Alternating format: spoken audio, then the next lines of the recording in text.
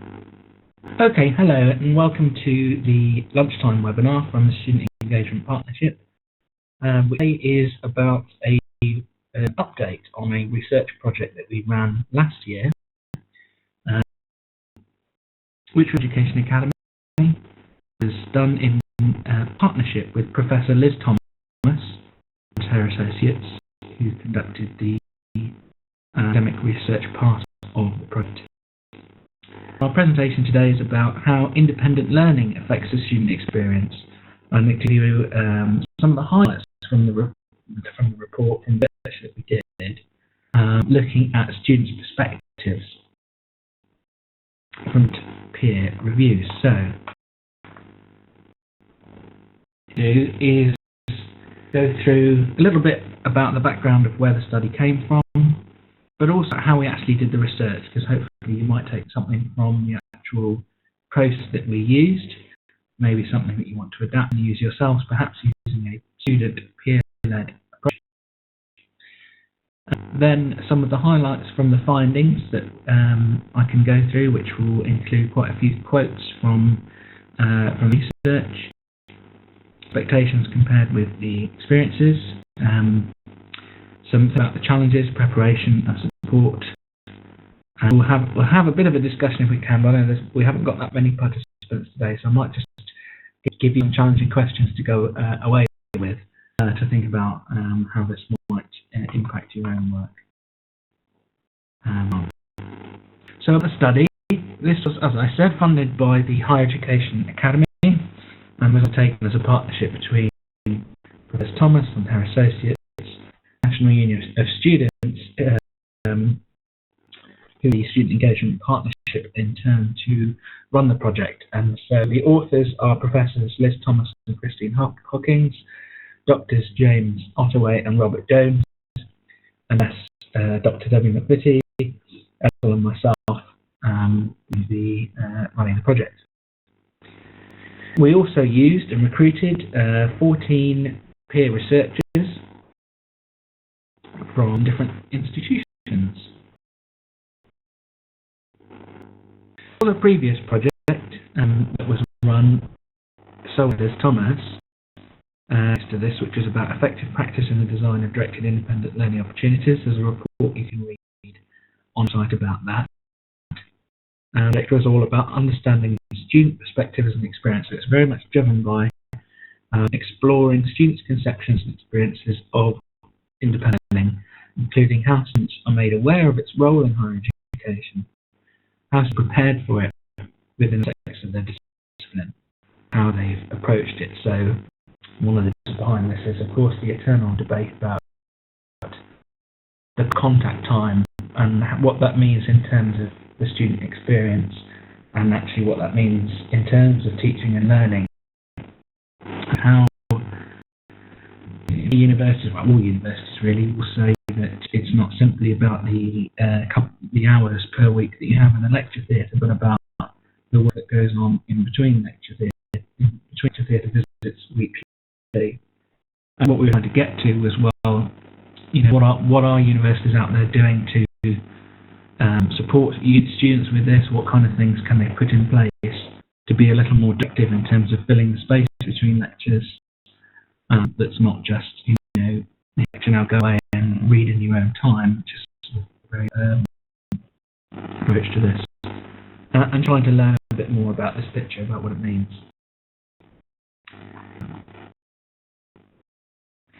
These questions that were set by, this is where HEA was coming from to begin with. So, the starting point, how do higher education students understand independent learning? How do students approach independent learning? How do experience directed independent learning?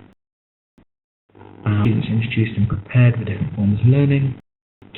What effects of that independent learning do students find most challenging? That's the more interesting question now. Examples do students consider to be effective independent learning practice, and what does it help them become more effective independent learners? So, it's a bit basic to the more interesting stuff at the end, which might give us some ideas in unions in terms of supporting ways in which perhaps staff and sabbatical officers and student reps work with university to shape teaching and learning strategies, or local level within departments, and perhaps equip reps who are viewing the content of a course, how maybe you can help and support students more constructively to work and they structure their work in between lectures. Hopefully be of some use to student union and student reps. So there was qualitative research, there was an institutional and disciplinary mix, and the methods used were students keeping diaries. There were about 120 diaries in all taken, were weekly diaries over the course of a month. There were then interviews which were carried out with each of the diarists. So the researchers conducted those interviews with so we had about 100 by the end of the project. Then carried out participatory works. I'm not sure whether any of the three of you might have been involved, because we did do a set of participatory workshops with student staff halfway at the midpoint of this project, bringing forward some of the themes and findings to help us shape the way that we're interpreting the data. There's workshops with student union staff, student officers, student reps, as well as academics and support staff at universities. Yeah, so student researchers, and that is in fact a picture of student union staff, so I'm not quite sure why that picture's ended up on the page from one of our staff workshops. But we used 14 student researchers who named by the academic staff on the project in research methods and fieldwork methods, conduct the interviews that was the data set for this research. But also, I think this was a really interesting use of students in terms of creating an authentic approach to the research itself. The it was used with students was actually designed through a workshop between us as the project team and student researchers themselves. So it's very much driven by the student researchers who are peers of the diarists. So so they're not only sort of delivering the research, the field work for us, but they're also people who are experiencing independent learning themselves at the time, so very much embedded in the text of the research, and we've worked with them to design the research questions that we used in the interviews, which was an interesting approach. So, why student peer researchers? Student researchers offer a more genuine and context-specific insight into perspectives and experiences of students, which is why we recruited them right at the start of the project, and in more ways than merely interviews. They have understanding of their institutions, disciplines, and are closer to students than the research team themselves. And peers feel more able to talk openly and genuinely about experiences and feelings. So some of the questions were very sort of, we were really challenging the students to be quite reflective about their experience, and the results showed that we got a lot that was much richer. We sent students out there with dictaphones talking to other students, rather than any of the academics and professors working in the team, or even ourselves, going out and sort of talking to students, because the point that not only on the courses themselves, but in some cases they'll know of the person who's interviewing them, so you get a sort of more relaxed feeling to the way the interviews, especially when they're asking sort of some quite self-critical questions we may not wish to disclose to perhaps if an academic was conducting the interview. There's something here for us as student union staff in terms of when we're conducting our own research into the student experience, which we might do any time, but particularly I've noticed in some with student unions preparing for such a student written submission. They may do some work like this with focus groups, or out there and sort of interviewing students, finding out about the student experience. Training up students as peer researchers is a really good approach to use, I think. Okay, so next slide.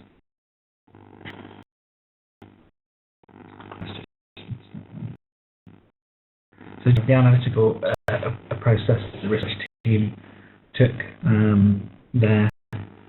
there was, as I say, essentially by the end of it there were over 300 diaries and over 100 issues which were transcribed, so a huge amount of text to draw on in order to these findings, and then the testings and the findings, as I mentioned earlier on, were done with groups of and staff in workshops.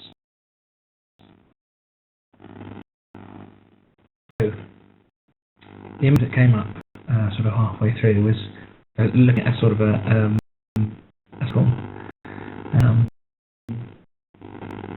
looking at students understanding independent learning and testing their own learning approaches and understanding about the type of independent learning activities that they might have to undertake, what it means in terms of what the workload is for in between lectures and seminars, and actually knowing what to do, understanding the challenge,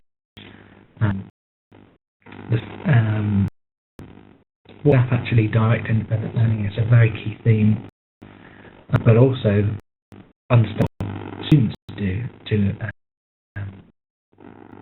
best learn independently, and through hopefully out some way can help improve independent learning. So, expectations and experiences. Students expected learning in school, college, and hard to be different, but they underestimated the difference both quantitatively and qualitatively.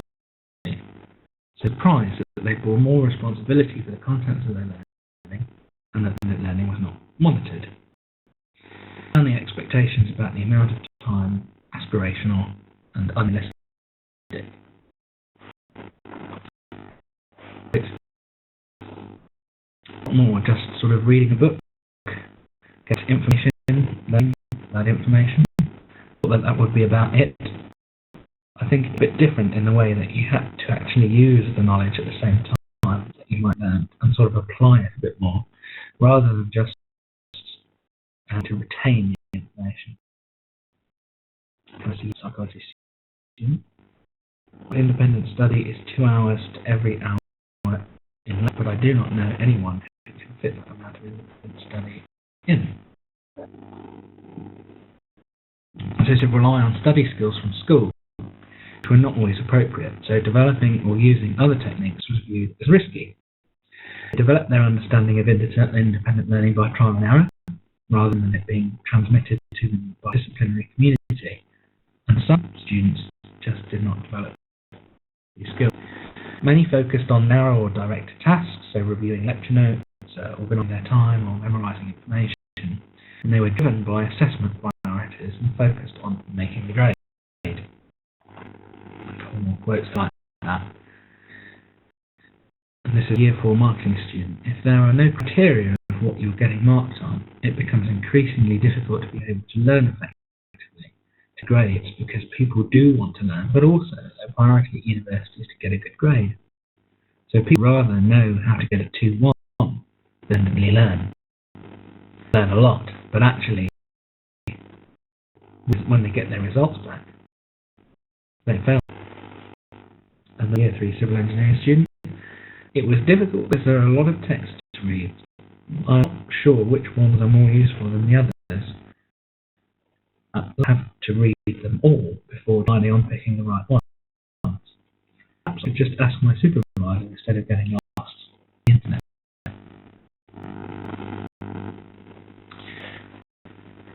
So, what are the challenges?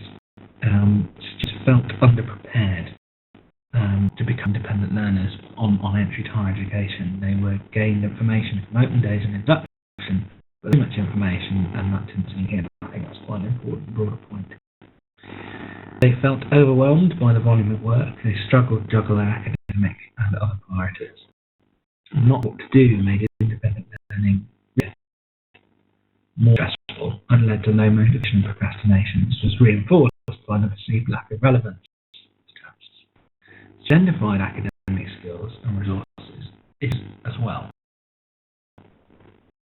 A couple more quotes that highlight that. Motivation is hard to maintain when learning independently. I found it hard to stick to direct time schedule because if you don't meet that, no one else cares. I overcame this by trying to write a note of what I accomplish on each day in terms of learning on my computer, and this helped. And this from a Year 4 English and Modern Languages student. I felt the volume of reading difficult and challenging because on one day I was reading for hours and it was very hard to pay attention to the text for such a long period of time.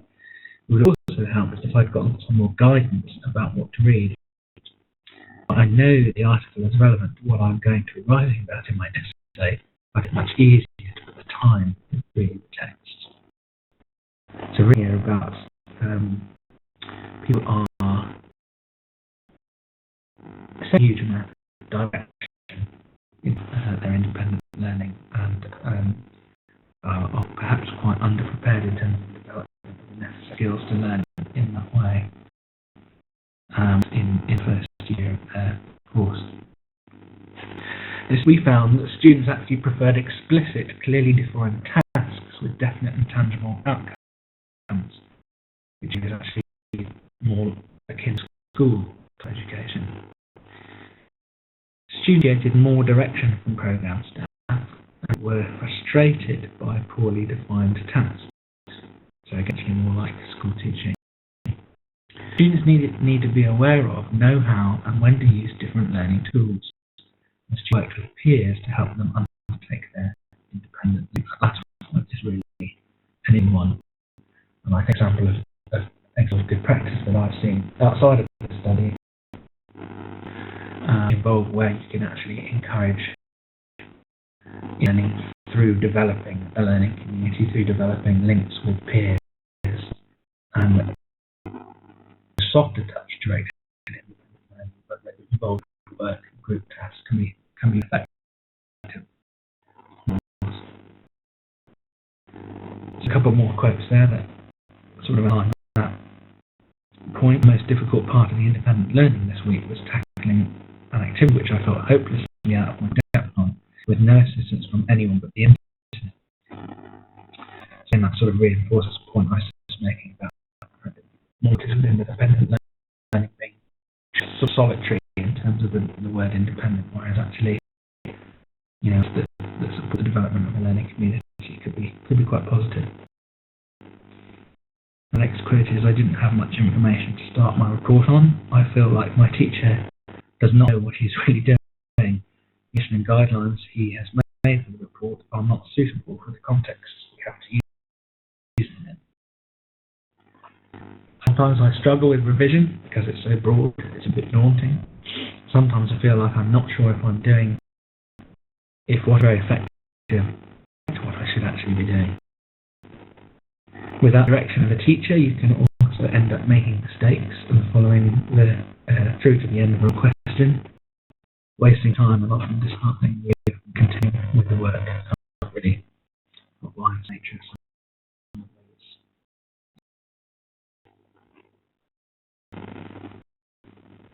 A quote from the Year 3 Psychology and Forensic Science student. Learning and learning. I think it comes down to trial and error, because you can Google methods for learning and you get a million different responses. I remember I once spent about 35 hours in the library on an assignment spread over days. Something I would never do now, because actually the time I spent staring at my laptop did not me. I read a few books as well about how to study effectively, but I don't think it's something you can read about.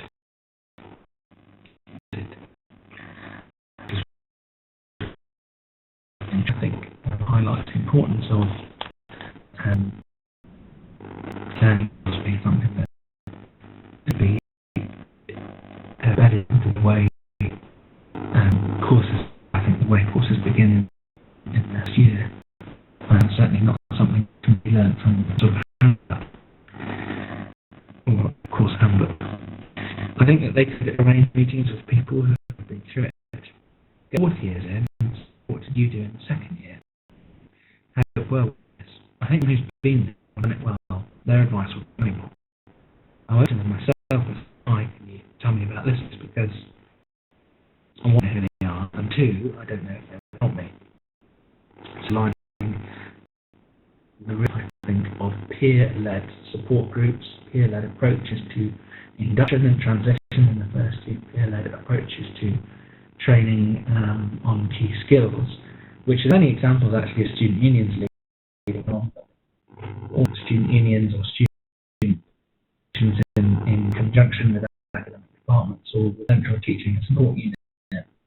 Some fantastic examples of how you can embed learning from peers into the student experience. Okay. I've been talking sort of non-stop there for quite a while, but at least some of the things we've picked out from the report give you not just an insight into what the report was about, but also hope as a key text, something that if working on, or officers or reps are working on developing learning and teaching strategy with the university, or more generally if students have identified that they have a real problem with the way in a certain class or department, or perhaps the university more generally is not certainly supportive of people learning independently, that it's just very classroom based, then this report by itself could be something that is a very useful source material for you to quote in your work. And following this webinar, I will be producing a sort of guide or a certain versions of the report itself is quite large, and we'll sort of come with a couple of tips on how this could be useful to student engagement, student in universities and unions. And go up on the TSEP website at tsep.org.uk within the next few weeks. Hopefully that gives you a quick introduction to where we give you some ideas. And I'm happy to take any questions people have if you want to write them into the chat box in a couple of minutes, and I will respond.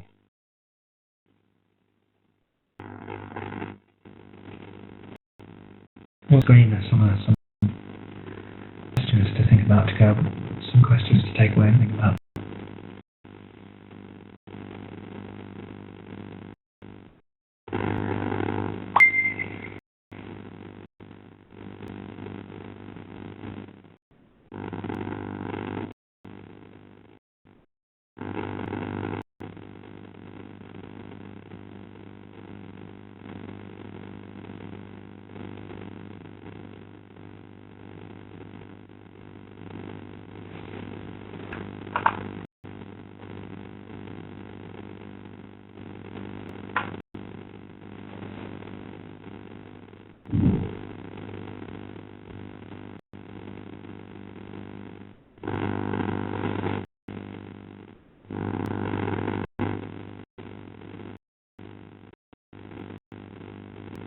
Yeah, Emma, I've got your question on you're hoping to get previous students in to give to incoming students as guest speakers, and your advice on how to structure it. So I'm guessing this is in the form of, therefore, an event of some kind.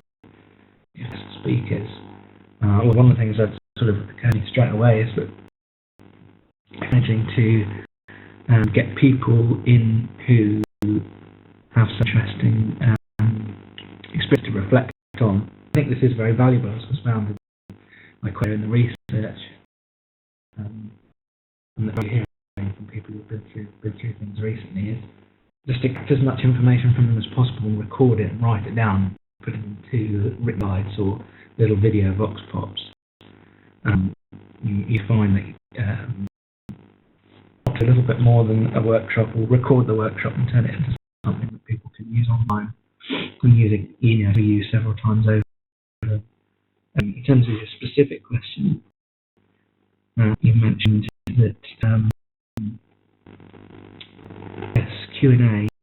That's a a good point. But I'd say, well, probably what I ask them to do, and then some stuff in this presentation here that helps you in terms of structuring key questions, is ask your students before they come to the workshop really key questions that you give them, because one of the difficulties of leaving it to a Q&A is that you sort of overwhelmed audience, so you're not really sure what, So if you sort of do the thinking for them as well is another good one. Try and think of what some of the really useful things are that what the good questions might be on behalf of the students, and get them to reflect before they come into the room. Yeah, so there's a couple of ideas of how you might use it. Definitely. It can be very valuable to, sometimes actually be very lucky to get people, once they've graduated, they tend to sort of disappear forever. So if you can get them back in, you get as much value out of that experience as you can. Okay, I hope that's helpful. Any more questions or points that people would like to make? My way is my name, which is Tobin, Tobin, Webb, which is double-B, at NUS.org.uk if you wanted to follow anything up with me in this, or if you've got a piece of specific work. If one of the reasons you came to the webinar today is because you're working on this or something that relates to this in terms of the teaching and learning strategy or training, feel free to arrange outside of this webinar, and I can see if there's any way we can help you. As I say, they're still quite hot off the press. It was only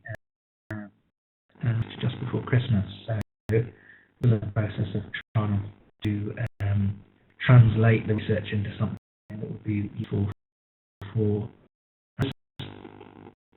At the most, very directed towards academics in terms of the way it's phrased. So, website, and as participants in this webinar, I will ask our training team to make sure that is forwarded on to you as soon as it is.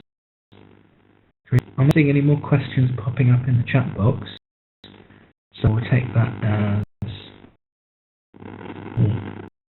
which is fine. As I say, feel free to contact me offline. I hope that some of the research have been useful for you.